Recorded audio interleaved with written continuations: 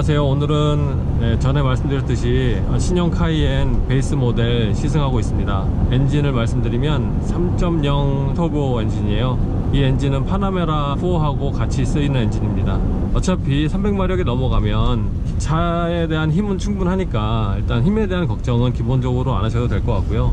지난 카이엔보다도 마력이 높아진 부분도 있지만 그거보다는 더 가벼워져서 차가 사뿐사뿐해졌다는, 오히려 운전하기가 더 편해졌다는 게 많이 변한 점이죠. 지금 국도변을 달리고 있는데 보시면 이 차는 전에 모델하고 똑같이 핸들 사이 여기에 그 핸들 히팅 버튼이 있습니다. 요거는 모르시는 분들은 차 팔 때까지도 모르시는 분들이 계셨어요. 그러니까 잊지 마시고 핸들 히팅 사용하시고, 나머지는 말씀드렸다시피 모니터에 그대로 모든 게 다 들어가 있고요. 이 차는 가벼워진 게 장점이에요. 전에 카이엔은 핸들링, 악셀링이 전부 다 무거웠다면 이 차는 많이 가벼워져서 운전하시기가 훨씬 수월해졌는데, 그렇다고 무작정 저희가 생각하는 일반적인 일본 차나 이런 것처럼 가벼워졌다기보다는 독일차 수준 안에서 가벼워진 거예요. 그러니까 어느 정도 묵직은합니다. 근데 저희 와이프는 전에 차 같은 경우는 많이 무겁다고 했었어요. 그래서 어느 때는 그 발도 좀 피로감이 있고 손목도 좀 피로감이 있고 하다고 했었거든요. 근데 이 차는 전혀 그런 일이 없을 것 같습니다. 지금 고속도로를 타볼 예정이에요. 물론 카이엔 S나 터보나 아니면 이거보다 더 빠른 모델에 비해서는 차가 좀 덜 나가겠지만, 어휴, 저 앞차 보세요. 그냥 막 지나가죠. 덜 나가겠지만 그래도 카이엔은 그 엔진 사운드나 듣는 맛이 있었어요. 기존 카이엔은요. 어떤지 한번 새로 바뀐 카이엔은 되게 궁금해요. 한번 하이웨이에 올라가 보도록 하겠습니다. 뒷길이라서 제가 코너링은 과격하게 안 할 거예요. 그리고 사실 이 차 가지고 코너링을 과격하게 한다는 거는 정말 응급사항이지 않는 한은 그렇게 운전할 만한 차는 아닌 것 같습니다. 현재 8단으로 주행하고 있네요. 제가 카 리뷰를 좀 쉽게 하려고 하고 있거든요. 전문적인 얘기는 최대한 줄이고 실질적으로 사용자의 느낌으로서 리뷰를 하고 싶어서 리뷰를 시작했는데, 그래도 잠깐 기어에 대한 말씀을 드리면 종감속비라는 게 있어요. 차를 엔진의 힘 별도로 기어가 좀 더 촘촘하게 구성이 되어 있으면 엔진의 힘을 통해서 그 기어를 빨리 끌어올릴 수가 있어요. 그래서 기어 타이밍이 점점 빨라지는데, 근데 이 차는 그런 것 같지는 않아요. 그렇기 때문에 절대 달리기 위해서 세팅한 차는 아니다 라고 보시면 됩니다. 지금 보시면 하이웨이 같지 않게 생겼죠. 근데 여기 하이웨이 맞아요. 그것도 캐나다의 넘버원 하이웨이라고, 이쪽이 서부 끝인데 여기서부터 동부 끝까지 연결되어 있는 고속도로입니다. 제가 좀 치고 나가는 느낌을 볼게요. 실질적으로 악셀 응답성이 저속일 때는, 특히 저 RPM 때는 이게 터보 엔진이다 보니까 더 힘이 있고 가볍고 날렵하게 느껴졌던 것 같아요. 지금 고속에 저 RPM에서 악셀을 꾹 밟아봤는데 2세대 카이엔 베이스 모델하고 큰 차이가 없는 것 같습니다. 하이웨이를 계속 주행하고 있고 이제 하이웨이를 곧 나갈 예정인데, 일단 고속 안정성이나 어떤 밸런스 같은 거는 전혀 문제를 따질 이유가 없을 것 같아요. 차는 정말 잘 만들어진 차 같습니다. 밸런스나 문제점을 찾기 위해서는 어떤 위험성을 감지했을 때도 차가 운전자가 그거를 피하기 위해서 움직였을 때 크게 요동치지 않고 차의 움직임이 아주 일정하게 움직여준다면 되게 안정적인 거를 느낄 수 있거든요. 물론 제가 지금 위험 앞에 맞닥뜨려 있지는 않았지만 이렇게 운전해서 핸들을 쥐어보고 악셀레이터를 밟아봤는데 차가 어떤 휘청거리거나 아니면 뭔가 둔하다거나 브레이크를 밟았는데 처음에 밟히지 않는다든가 이런 느낌이 전혀 없습니다. 카이엔은 빨리 달리기 위한 차가 아니고 어떤 가족을 위한 차나 아니면 평소에 비즈니스나 이런 것들 위해서 차를 사셔서 운전을 하신다면 전혀 이슈가 될 거리가 없을 거라고 생각이 들어요. 실제적으로 이 모니터를, 물론 전 운전할 때 만지지 않는 것을 권장하지만 모니터를 어쩔 수 없이 만질 때도 이 거리라는 게 있잖아요. 손에 닿는 거리, 이런 것들이 아주 적합한 거리에 있는 것 같아요. 굳이 몸을 숙이지 않더라도 다 만질 수 있게 다 자리가 되어 있는 것 같습니다. 물론 전문가들이 만들었으니까 당연히 그렇게 만들었겠죠. 제가 다른 독일차 SUV하고 비교를 해드릴게요. 일단 이거하고 비교할 만한 차는 BMW X5하고 벤츠의 GLE가 있는데, GLE는 이번에 새 차 런칭을 한 이후에 아직 제가 새 차를 만나보진 못했어요. 그래서 그 바로 전 모델 비교를 해드리자면, 일단 BMW는 날렵함으로 비교해야 될 것 같아요. BMW가 예전에 3.0 인라인 6 엔진, 되게 유명한 엔진이잖아요. 하여튼 그 엔진을 달고 있을 때에서 터보 엔진으로 바뀌었을 때 상당히 무거운 페달과 핸들링에서 되게 사뿐한 핸들링하고 악셀레이션 페달하고 바뀌었거든요. 근데 포르쉐도 지금 현재 마찬가지예요. 기존의 3.6에서 3.0 터보로 바뀌면서 그렇게 바뀌었는데, 근데 그거보다는 BMW는 바뀌고 나서 핸들링이 약간 낭창거린다는 느낌도 들고, 약간 그 전에 바닥에서 끌어당기는 듯한 느낌이 좀 덜 했어요.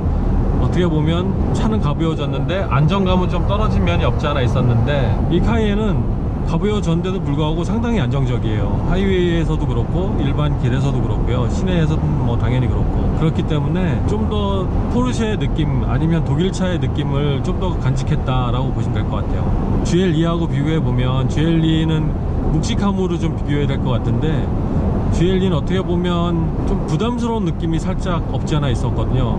근데 물론 이건 제 개인적인 느낌입니다. 그 부분을 차가 고속으로 달릴 때도 안정적으로 핸들링을 하거나 패들링을 하는 느낌이 그렇게 직관적으로 오진 않았던 것 같아요. 근데 카이엔은 그런 부분에 있어서는 상당히 안정감을 유지를 했다. 그렇다고 물론 무조건 카이엔이 좋냐, 또 그건 아닙니다. 일단 달릴 때 밖에서 들어오는 소음은 기본적으로 봤을 때는 벤츠가 우수한 편인 것 같아요. 근데 카이엔은 옵션 사항은 하나 있습니다. 여기 보면, 여기 윈도우를 제가 잠깐 열어볼게요. 좀 시끄러울 수 있는데, 여기 윈도우가 보면 요거는 윈도우가 유리가 하나로 만들어진 윈도우인데, 인슐레이티드 윈도우 옵션이 있어요. 그걸 하면은 유리를 2장 붙여서 소음 방지용 유리를 낄 수 있는 그런 옵션이 있습니다. 그걸 끼게 되면 사실 소음은 많이 적어질 것 같아요. 근데 그 옵션이 되게 비싸다는 점, 굳이 소음을 그 정도 없애려고 그거를 주문을 해야 될지 말지는 카이엔을 주문하시는, 사시는 분들이 선택하는 걸로 남겨놓겠습니다. 그리고 소음적인 부분은 벤츠가 좋은 것 같고, 차의 가속력 부분에 있어서는 세대 중에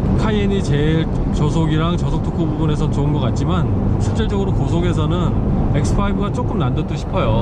자, 다시 말씀드리지만 제가 지금 여기서 말씀드리는 거는 극히 주관적인 부분이에요. 데이터를 가지고 제로 100, 제로 60마일 이런 데이터를 봐도 서로의 큰 차이들은 별로 없어요. 0.12초 차이, 그 정도밖에 없는데, 사실은 차에 짐을 뭘 실었는지, 차에 사람이 몇 명이 탔는지, 이거에 따라서 충분히 좌지우지 될 정도의 데이터거든요. 그렇기 때문에 굳이 데이터를 비교하지 않고 제가 어떤 이런 주관적인 느낌으로 설명을 드리는 거예요.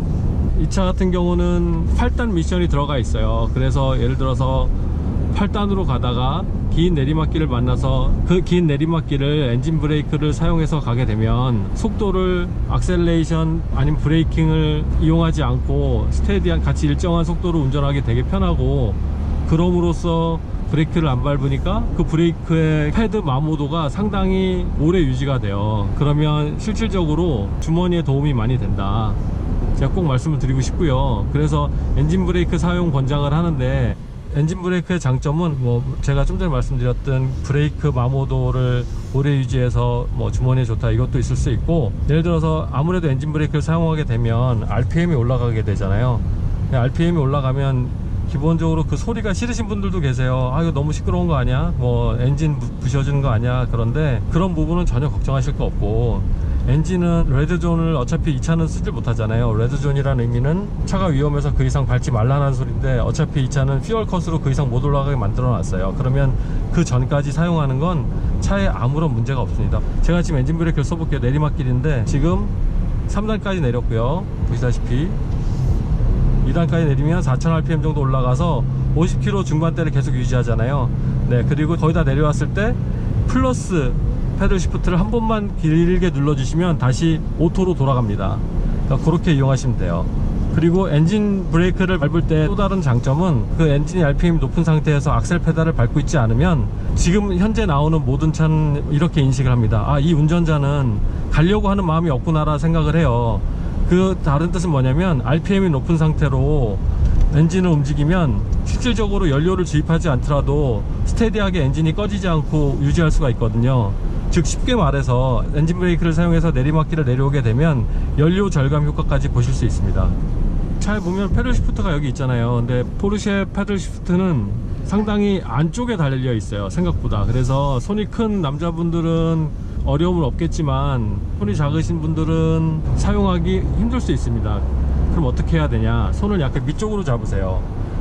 위로 잡지 마시고. 요즘은 핸들이 예전에는 뭐 10시 10분이다 9시 15분이다 이렇게 어떤 잡는 위치까지 정해졌는데, 요즘 핸들은 그렇게 나오진 않아요. 9시 15분에 가장 적합하지 않게 핸들이 나옵니다. 요즘은 위로 잡거나 살짝 아래를 잡거나 하게 만들어요. 자, 이 밑에서 중간 손가락으로 패드를 조정하시면 충분히 손이 작으신 분들도 이용 가능하십니다.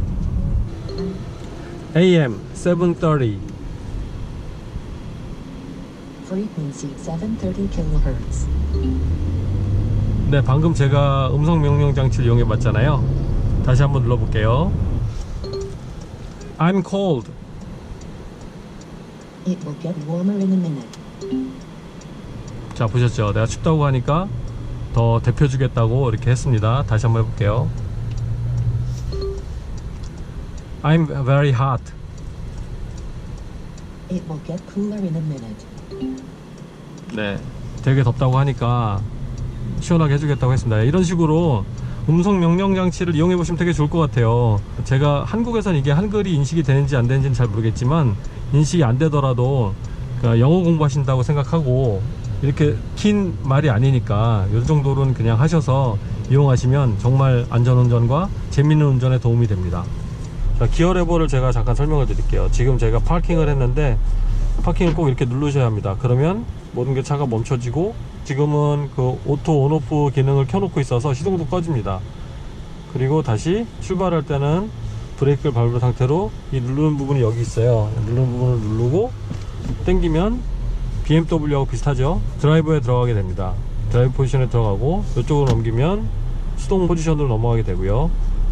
근데 여기서 예를 들어서 전에 카이엔 모델은 물론 이제 방식이 이거랑 다르지만, D나 R에서 뉴트럴로 들어갈 때, 아니면 R에서 D로 넘어갈 때 누르는 장치를 누르지 않고 그냥 레버만 당겨도 들어갔었어요. 근데 이런 형식으로 바뀌고 난 다음부터는 이걸 꼭 눌러야, 자 볼게요. R에서 지금 이게 R입니다. R에서 D를 그냥 누르려고 예전처럼 그냥 레버를 스위치 누르지 않고 당기게 되면 안 넘어가게 됩니다. 꼭 레버를 누르셔야 돼요. N으로 들어갈 때도 레버를 눌러야 됩니다. 전의 방식은 레버를 누르지 않더라도 N은 N까지 아니면 D까지 무조건 들어갔어요. 근데 지금은 무조건 레버를 눌러야 뉴트럴도 가고 드라이브도 간다, 이 말씀을 드리고 싶었습니다. 차를 N 상태에 놓고 파킹을 한 다음에 서로 밀어서 차를 뺀 경우가 있잖아요. 그래서 제가 그거 한번 테스트 해보겠습니다. 지금 기어 포지션을 N에 놨고 시동을 끄면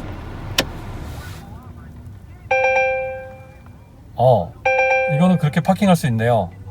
네, 평지에 N에 놓고 파킹을 하고 나면 자동으로 파킹 브레이크가 잡히거나 P 포지션에 들어가지 않습니다.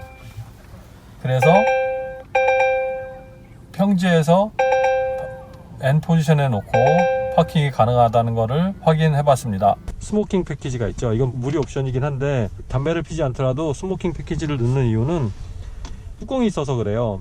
스모킹 패키지를 넣지 않으면 그냥 여기에 뚜껑이 없는 그냥 낮은 깊이의 어떤 수납 공간, 요 정도밖에 없어요. 그렇기 때문에 담배를 피지 않더라도 여기에 동전이나 이런 것들을 넣어서 이용하시려면 꼭 뚜껑이 있는 스모킹 패키지를 선택을 하시는 게 좋습니다. 자, 여기도 이제 보시면 제가 일단 드라이브를 놔볼게요.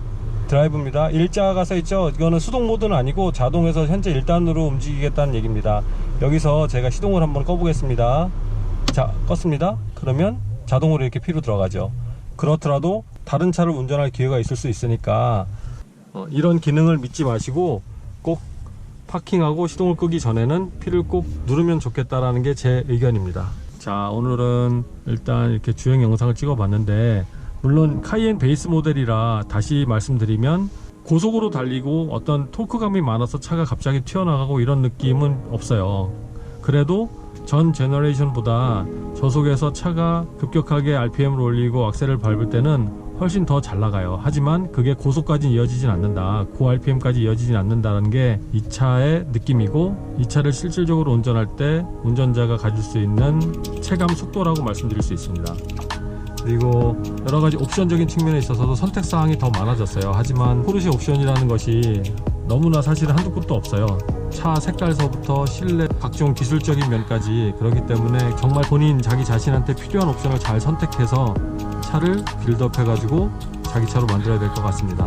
아무튼 카이엔 영상은 여기까지고, 이 차는 그냥 검정색의 검정차에 검정색 옵션만 있어서 어떤 눈으로 보는 즐거움은 별로 없어요. 그래서 좀 더 이쁜 색이 오거나 다른 옵션, 아니면 카이엔 터보나 카이엔 S나 이런 것들이 저한테 기회가 왔을 때 또 한번 영상을 만들어서 여러분께 보여드리도록 하겠습니다. 베이스 모델과는 얼마나 차이가 있는지 그 부분에서 여러분이 자세하게 느끼실 수 있도록 제가 영상을 만들어 보도록 하겠습니다. 오늘도 봐주셔서 감사합니다.